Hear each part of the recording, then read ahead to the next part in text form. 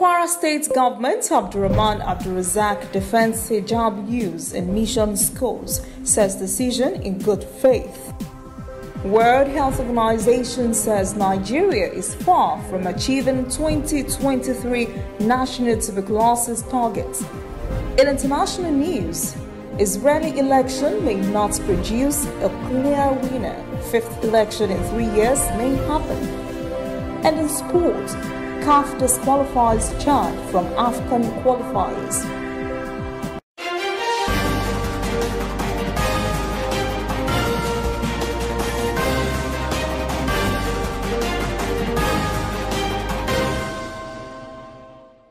This is ANN News. I am Olajumoke Olatunji. Nigeria's first COVID-19 fatality in 72 hours has been recorded on Tuesday. Nigeria's Center for Disease Control also reported 214 persons tested positive for the virus, bringing to 162,076 the total number of coronavirus infections in the country. NCDC says the new numbers were recorded in 12 states and the Federal Capital Territory. For the first time in a long while, Adamawa recorded the highest figure with 109 cases. Lagos reported 33 and Bauchi 26. 9 other states recorded cases in single digits. NCDC also confirmed 231 infected persons have died so far, and more than 11,000 infections are still active in the country. Executive Director of the National Primary Healthcare Development Agency, Fausa Shuaib, says more than 200,000 Nigerians have received the Oxford AstraZeneca jabs, as the country still expects 41 million doses through the African Union. Shuaib says only eligible population from 18 years of age and above will be vaccinated. Kwara State Governor Abdurrahman Abdulrazak says his decision to allow the use of hijab in public schools is in good faith. Abdulrazak said in a state broadcast the decision was taken after several days of consultations, meetings, brainstorming, and dispassionate weighing of policy options. The 10 mission schools that were shut because of violence created by the hijab controversy have now been reopened with the presence of security operatives, despite lingering disagreements from some religious groups. The governor has promised to reconstitute an interfaith committee to provide a template to resolve all issues of mutual concern. The governor also appealed to all leaders to prioritize communal peace and brotherhood. The World Health Organization, WHO, says it is worrisome that Nigeria may not achieve the 2025 national tuberculosis target.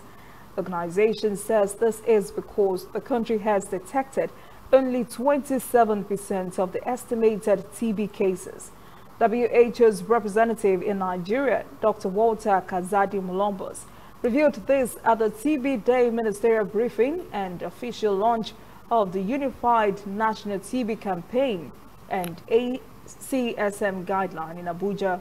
Malombo says Nigeria has a poor budgetary funding of TB, which stands as a major threat to Nigeria's achievement of its target. He says one undetected infectious TB case is able to contaminate up to 15 persons per year. Secretary General of the Trade Union Congress, Musa Lawan, has advised the federal government not to consider selling the Port Harcourt Refinery. Lawan said this after some Nigerians raised eyebrows at the Federal Executive Council's $1.5 billion approval for the rehabilitation of the 210,000 barrels per day refinery. Some Nigerians have advised the federal government to sell the Port Harcourt Refinery because of the billions of dollars the country had spent in the past to unsuccessfully maintain it. Experts are calling for the privatization of Nigeria's refineries after huge allocations were made for their repairs in the past, at the end of which none of them worked. Lawan appears to be opposed to the idea of privatization, declaring, quote, "All the government companies that have been privatized have not generated any great result," end quote. The federal government has defended the $100 charge and other levies imposed on Nigerians in the diaspora. Minister of Foreign Affairs Geoffrey Oyama told the House of Representatives Committee on Foreign Affairs the charges had been in existence and were only suspended. He says the $100 charge is voluntary and just for those who want to have their biometrics done without an appointment. Oyama also said his ministry planned to activate a call center in Nigeria for Nigerians to lodge their complaints from anywhere in the world.